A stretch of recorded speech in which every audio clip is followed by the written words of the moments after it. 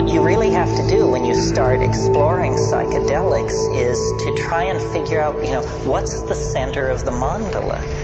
What are people talking about? What is it when you arrive on the money? And to my mind, the compound that is most interesting for doing that is DMT. DMT is the most interesting in some ways of the psychedelics because more issues are raised by it than any other. Such issues as, I'll just run over some of them so you get a feeling for it. DMT is the strongest hallucinogen there is. If it's possible to get more loaded than that, I don't want to know about it. And I say so when I'm there. I say, my God, if you can get more loaded than this, keep it away from me. So that's it. It's the strongest. It's also the shortest acting. DMT, when smoked, in most people is return you to normal in under 10 minutes. Under 10 minutes. Now, this is interesting because the people who think there's nothing to this, who should actually invest the 10 minutes to find out what's, a 10-minute DMT trip is worth 20 years of academic pharmacology, art history, psychology, and all this other malarkey. Because then you just say, okay, I got it. Another very interesting thing about DMT is it occurs naturally in the human brain. Well, now what's going on here? He's saying the strongest drug, the fastest drug, is the most natural drug. It means that, you don't have to sail off into 3-hydroxy-4-pyridyl N-methyl marubishtik or something like that to get into the exotic realms. No, a human metabolite, which takes only 10 minutes to undergo its entire exfoliation and quenching, is the strongest of all. Well, then what is it? What does strong mean? What is a strong psychedelic? It's highly personal. Every psychedelic trip is. But what happens on DMT for a large number of people, we don't have any statistics, but it is a completely confounding experience. You may have had the expectation, you might think if you had never had a psychedelic experience, that it sort of begins like the Bach B minor fugue and goes from there as you rise into the realms of light and union with the deity or something like that. That's not what happens on DMT. What happens on DMT I referred to this morning. A troop of elves smashes down your front door and rotates and balances the wheels on the after-death vehicle, present you with the bill, and then depart. And it's completely paradigm shattering. Union with the white light you could handle. An invasion of your apartment by jeweled self-dribbling basketballs from hyperspace that are speaking in demotic Greek is not something that you anticipated and could handle. Sometimes people say, is DMT dangerous? It sounds so crazy. Is it dangerous? The answer is only if you fear death by astonishment.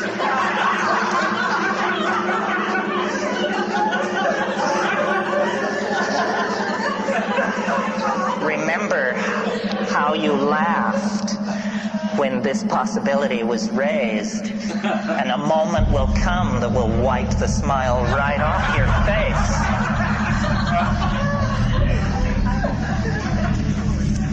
And this death by astonishment thing,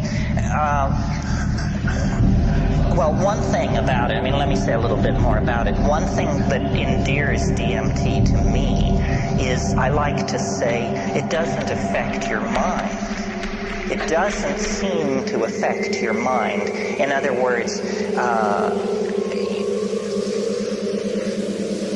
don't change under the influence of DMT. You don't become a kinder, gentler person. You don't sink into, a line of drool from one corner of your mouth as you sit there twitching. You don't change. What happens is the world is completely replaced. Instantly, 100%, it's all gone. And what is put in its place, not one iota of what is put in its place was taken from this world. So it's a 100% reality channel switch. They don't even retain three-dimensional space and linear time. It's not like you go to an exotic place, Morocco or New Guinea. It's like reality is swapped out for something else. And when you try to say what it is, you realize that language has evolved in this world and it can serve no other. It takes years of practice. So what you're looking at is literally the unspeakable. The indescribable falls into your lap. And when you try, you're loaded, right? You're there, and you're trying to explain to yourself what's happening. And so this is like you try to pour water over the transdimensional objects in front of you, the water of language, and it just beads up and flows off like water off a duck's back. You cannot say what's there. And I've spent, 25 years fiddling with this. It's become the compass of my inspiration, trying to say what is on the other side of that boundary. Just 2 large tokes away at any given time is this non-Euclidean, non-Newtonian, irrational, un-Englishable place. But it's not smooth and empty and clear. That's not what gives it its indescribability. What gives it its indescribability is its utter weirdness, its alienness, its power to astonish. What happens to me when I smoke DMT is there's a kind of a going toward it. There's a sequela of events which lead to the antechamber of the mystery. I mean, you take a toke, you feel strange. Your whole body feels odd. You take a second toke, all the oxygen that seems to have been pumped out of the room, everything jumps into clarity. It's that visual acuity thing.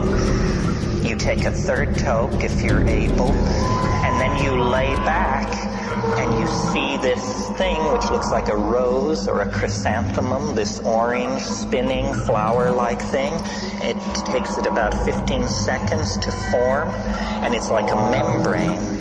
And then you break through it. You break through it, and then you're in this place. And there's an enormous shear which goes up as you pass through this membrane.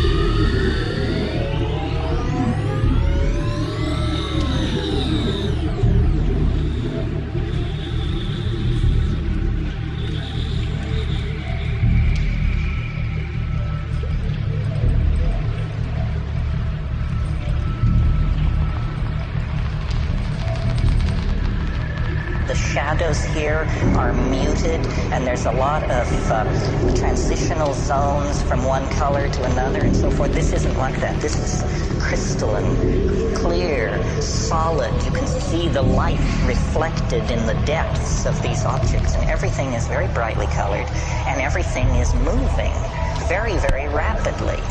And there are entities there. It's not about calling them up or the whisperings of them. No, they're in your face. And they're right here, and they're worse than in your face, because what they do is they jump into your chest, and then they jump out. And so you're like this. And you have to keep saying, keep breathing, don't freak out, pay attention, and the entities speak to you. And they speak both in English and another way, which we'll get to in a minute. But in English, what they say is, do not give way to wonder. Hang on. Don't just go gaga with disbelief. Pay attention. And what they're trying to do is they're trying to show you something. They are very aware of the fleeting nature of this encounter. And they say, don't just spiral off into amazement and start raving about God and all that. Forget that. Pay attention to what we're doing. And then what they're doing is they're dancing around, they're jumping around, they're emerging explicitly out of the background, bounding toward you, jumping into your chest, bounding away, and they make offerings. And they love you. That's the other thing. They say this. They say, we love you. You come so rarely. And, here you are. Welcome. And then they make these offerings. And the offerings are objects of some sort.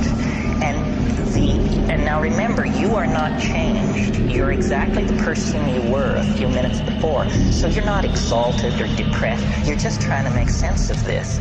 And the objects which they offer are like Fabergé eggs, or exquisitely tooled and enameled pieces of machinery, but they don't have rigid outlines. These objects are themselves somehow alive and transforming and changing. So when these creatures, I call them tykes, when these tykes offer you these objects, you grok it, you look at it, and immediately, because you are yourself, you have this realization, my God, if I could get this thing back into my world, history would never be the same. A single one of these objects is somehow, you can tell by looking at it, this would confound my world beyond hope of recovery. It cannot exist. What I'm being shown is a tiny area where miracles are being transformed. And the creatures, the tykes, are singing. They are speaking in a kind of translinguistic glossolalia. They are actually making these objects with their voices. They are singing these things into existence. And what the message is do what we're doing. You can do what we're doing. Do it. And they get quite pushy about this. They say, damn it, do it. And you're saying, but they're saying, no, do it now, do it. They say, I can't handle this, and then this kind of reaction goes on for a while. Well, then I don't take credit for it. It was not will, but like something comes up from inside of you. Something comes out of you, and you discover you can do it. That you can use language to condense objects into existence in this space. It's the dream of all magic.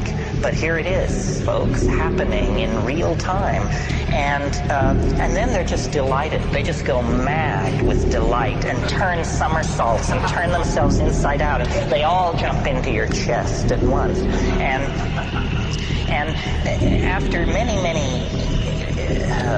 encounters of this sort. When I first did DMT, I couldn't bring anything out of it. I just said, it's the damnedest thing I've ever encountered, and I can't say anything about it, and I don't think I ever will be able to say anything about it. But by going back repeatedly and working at it, I think I've gotten a pretty coherent, well, let's not go that far. I think I've got a pretty clear metaphor, anyway, for what's happening in there. And I think a lot of people have this experience. When you talk to shamans, they say, oh, yes, the helping spirits. Those are the helping spirits. They can help you cure, find lost objects. You didn't know about helping spirits? I said, well, I knew, but I had no idea, that it was so literal. Say, oh, no, that's the helping spirit. But then the other thing they say, if you press a shaman, if you say, well, what exactly is a helping spirit? Say, well, a helping spirit is an ancestor. Say, you mean to tell me that those are dead people in there? Say, well, yes, ancestor, dead person. You didn't know about ancestors, apparently. This is what happens to people who die. And you say, my God, is it possible that what we're breaking into here is an ecology of souls? That these are not extraterrestrials from Zentangle Ganubi or Zeta Reticuli Beta. These are the dear departed. And they exist in a realm which, for want of a better word, let's call eternity. And somehow this drug, or whatever it is allowing me to see across the veil. This is the lifting. You want to talk about boundary dissolution. It's one thing to get tied to your partner. It's quite another to get tied to the dear departed of centuries past. That's a serious boundary dissolution when that happens. What these creatures want, according to them, is they want us to transform our language somehow. And I don't know what this means. At this point in the weekend and in my life, we all are on the cutting edge. And nobody is ahead of anybody else. Clearly we need to transform our language because our culture is created by our language, and our culture is toxic, murderous, and on a downhill bummer. Somehow we need to transform our language, but is this what they mean? That we're supposed to condense machines out of the air in front of us? How does this relate to the persistent idea promulgated by Robert Graves and other people that there is a primal language of poetry? That poetry as we know it is a pale, pale thing, and that at some time in the human past, people were in command of languages which literally compel belief. They compel belief because they don't make an appeal through argument or metaphor. They compel belief because they are able to present themselves as imagery. William Blake said, if the truth can be told so as to be understood, it will be.